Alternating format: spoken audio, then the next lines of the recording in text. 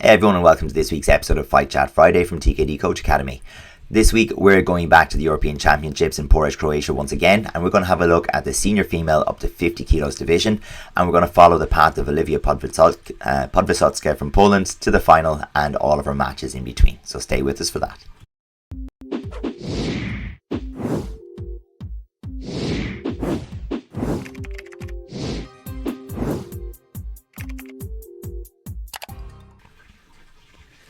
Everybody, welcome back to this week's episode. So what we're going to look at hopefully here today with OLIWIA is some very solid fundamentals and some basic things that she does really well, which sets her up extremely well to take the win here at the recent Euros and to get rid of some good competition along the way as well. And we can see a little bit of a difference as we go through the rounds of some people who, let's say, pose different problems and different issues. So if you are somebody with that good solid front leg, how you can kind of understand from what OLIWIA does to be able to develop this into your game and to be a little bit sharper and a little bit more like aware of the potential downfalls you have with the front leg.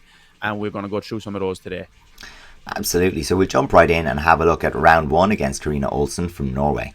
And yeah, as you said, just a feature of the minus 50 division in general has always been an ability to kick strongly and to kick high off that front leg.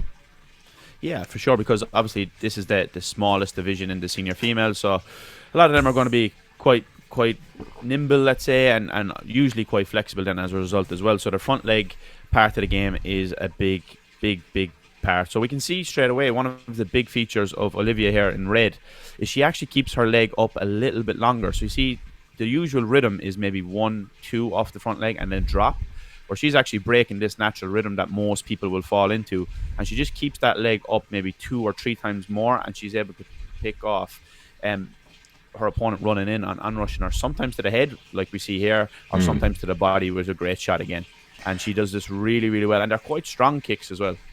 I think one of the big things she does, and compared to some of her opponents across there, is once most people have decided that they're going to go high, the chamber stays high and the leg continues to flick out between chest and head. And I think OLIWIA is able to go high and bring the leg back and go back to the body quite well. And I think that is where sometimes the person thinks the leg is dropping and they go forward to meet her with hands, and she's meeting them with that like nice simple hip line side kick and getting good purchase out of it.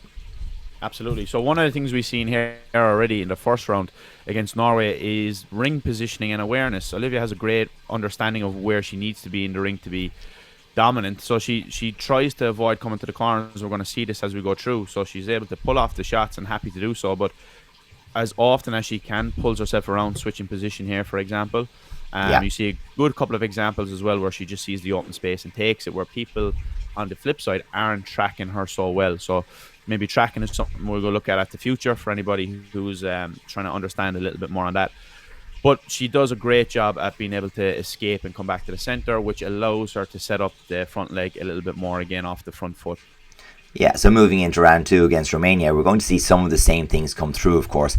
And we can see she can be put under pressure with the hands, because one of the things, if you do leave your front leg in the air, there's the opportunity for your opponent to deflect it or knock it off the line, and a leg that's coming down from high is going to be, carrying an additional bit of weight and will pull the body with it. So it does, it is something that we can see, and Romania has done quite well on a couple of occasions here, getting outside of the shoulder and into the hands. Yeah, and that's the correct strategy. So that's one of the examples. OLIWIA puts in a nice change of pace here by going with the reverse punch. But if somebody does hold their leg up a little bit longer, that is the correct way to go, as in try to push them to hands, because we see it in the male side of the divisions. Usually guys don't get away with keeping their leg up that little bit longer because there's a little bit more testing on the outside from the guys with the footwork, which allows them to change the distance and the rhythm quickly to be able to get into that. So we see OLIWIA waits for that rhythm to stay up, so when she has the natural drop that most people will do, it's not there, and then people actually run into her kick. Whereas the correct strategy here is to play a little bit on the outside and to actually pick the right moment instead of making it kind of like more of an instinct. So Romania here is actually doing a great job of that for me. Yeah, and I think just coming back to that, the testing and the outside, outside of range movement, I think that is one thing that's similar to Karolina Swiatkowska last, or maybe a couple of weeks ago, that we were talking about. her ability to kind of circle a little bit and be the first one to come to the leg. So if their opponent has the leg up, sometimes she'll just circle, but she'll make sure she's the first one coming back in. And, we're constantly talking about how, if you can be first and, when it comes to the battle with the front leg, you want to be on top.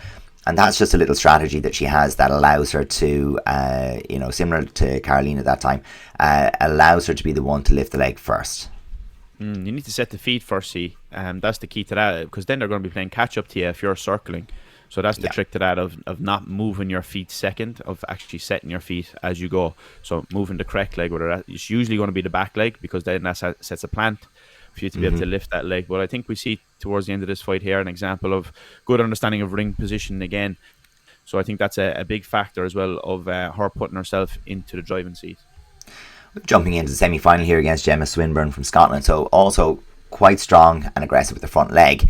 And we can see right from the off looking to put a little bit of pressure forward. But Gemma, unlike some of the other girls so far, it does carry a little bit more. But the higher you go with the front leg initially, and particularly if you want to keep it up there, it can be a little difficult to carry. So if the first shot is to the head, it does make it quite difficult to carry the leg forward and put a lot of space pressure on your opponent. Good point. Yeah, obviously you got to lean more, and then the distance is a little bit further back, like we see here, which actually allows OLIWIA that small bit more time to have a leg in the way in the middle of the battleground there that you have to bypass to get the hand. So that little bit of open space between both people.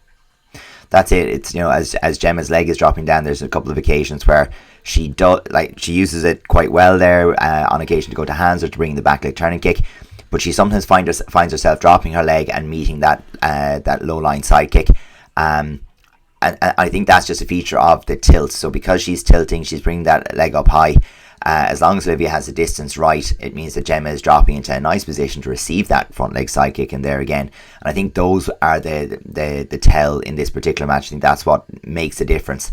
Although if that last one scored there with the little head flick on the way out, I'm sure that didn't hurt. Yeah, see, the thing is, I actually like the way that OLIWIA mixes in the hands occasionally, because you feel like she's just going to go legs, and then all of a sudden she changes up the pace and comes in off the backhand. And she actually does something that we mention a lot on Fight Chat Friday, is going from the front leg and directly to the backhand when attacking. Why? Yes. Because she's extremely side facing. So that's actually a really good thing that OLIWIA does. Maybe she watches TKD Coach Academy on a Friday. But she does a great job at that, of switching from that side facing position to get to the hands on her attacking techniques, let's say. Yeah, and we're starting to see, as the rounds go on, a little bit more exploration in terms of, bring that backhand as she goes to the blind side, that little angle turning kick around the front leg, because all of these battles, and it's no different as we step up into the final against Maria Isabel Banya from Spain, they're front leg battles, each and every one, and I think in each one as well, they've all been on the... or actually, I think Gemma was the opposite facing, but most of them have actually been in orthodox facing as well. Yeah, and I think the Spanish girl here in red actually has a very good understanding of distance herself and ring position. So Agreed. We can see now we're getting towards the final, where it's a bit more kind of like a battle of strategy and more tactics as well. And she's a very good understanding of distance, of when to go and when not to go. But still, you need just a little bit more testing, I think, to be able to bypass that. On she has a great understanding of the range on her front leg, OLIWIA. So a lot of people always run into her front leg a lot of the time. But definitely a much better match. And I think Isabella from Spain is actually doing a great job here of mixing and matching the shots as well. Yeah, I think if anything, she maybe went a little heavy on her reliance on that front leg hacks, which looks super dangerous. As I said, you only have to get your distance wrong once, and you're going to get a nice slap in the jaw for that one. And and a really, really tidy side kick there on the defense. But it's brought a little bit more out of OLIWIA as well, in terms of it's forced her to change tempo. And I think OLIWIA is very comfortable in that kind of front leg battle, where we just kind of I'll just stay up a little bit longer than you, I'll try to get the advantage on the way out with the side kick or at the final punch. But I think this match, it being more level the whole way through as well, has forced her to kind of raise the tempo and test a little bit more, and I think it's brought a little bit more out of her as well as a fighter. It's great to see that the extra gear was there. Yeah, and we actually spoke about this before as well, Adrian, that sometimes coming through the first two rounds without too much kind of like, going through maybe out of third gear, really, that allows you to maybe push the pace on in that semi and the final where it really matters. Mm, Whereas I think Isabella might have had a little bit more work to do in the first couple of rounds. for Um, and, sure. and then that obviously is a big factor as well towards the end, because just in terms of like mental focus as well, of picking the right moments and good decision making, I think that was the difference here for Olivia. She was game in the right moments and just picked off the right moments to go for it. Yeah, I think there was a good bit of trading, and this match went to a draw in normal time and then a 3-1 win for Olivia in overtime. So you can really see the change up just in these last couple of exchanges, which are in overtime, where we see a very nice defensive side kick, but rather than letting the momentum shift, Olivia has kind of maintained the pressure, improved the ring position, got the warning on the exit, and these things can matter quite a lot, because those 3 warnings in an overtime minute can be all that's needed to win the match. And I think that probably might have been the difference in the end, to be honest, because as we said, Olivia does have a good understanding of getting those basics, of the ring positioning and good warnings as well, which when it's a very, very close match with 2 high-level people, that's what it's going to come down to. It's in the earlier rounds when you're winning 4-0 and things like that, it's not going to be a big difference. But in these close matches in the finals, that's what's going to matter very much. Absolutely. So, again, congratulations to Olivia on a well-earned European title, and I think her first, so I'm not sure if she managed it at junior, but certainly her first at senior. So again, congratulations there, and to all of the other girls who managed to make the medal positions. This week, we're going to do something a little bit different in our member section. We're going to look at the business of setting up a tournament that isn't all about finding the best person in each division, but that is set up entirely to provide a developmental and learning experience for all the people taking part. So if that's something that you're interested in, make your way on over to our member section and check us out there. We've just become aware that on iOS, so on your iPhone or iPad, YouTube app doesn't necessarily show up the join button. So if you can do it off of a laptop or desktop, or perhaps in browser, you should be able to find that join button. So we have something different every week, just aimed at improving the training, practice and the coaching of the things that we tend to be talking about on these Fight Chat Fridays. Yeah, so this is going to be a good one, because a lot of people come up with the problem of how do I encourage more of my younger students to get involved in competition. So this is going to be exactly the strategy that you need for this. So this is going to be a good episode. Excellent. So folks, that's us for this week. We will see you next Friday. Bye now. See you in the next one.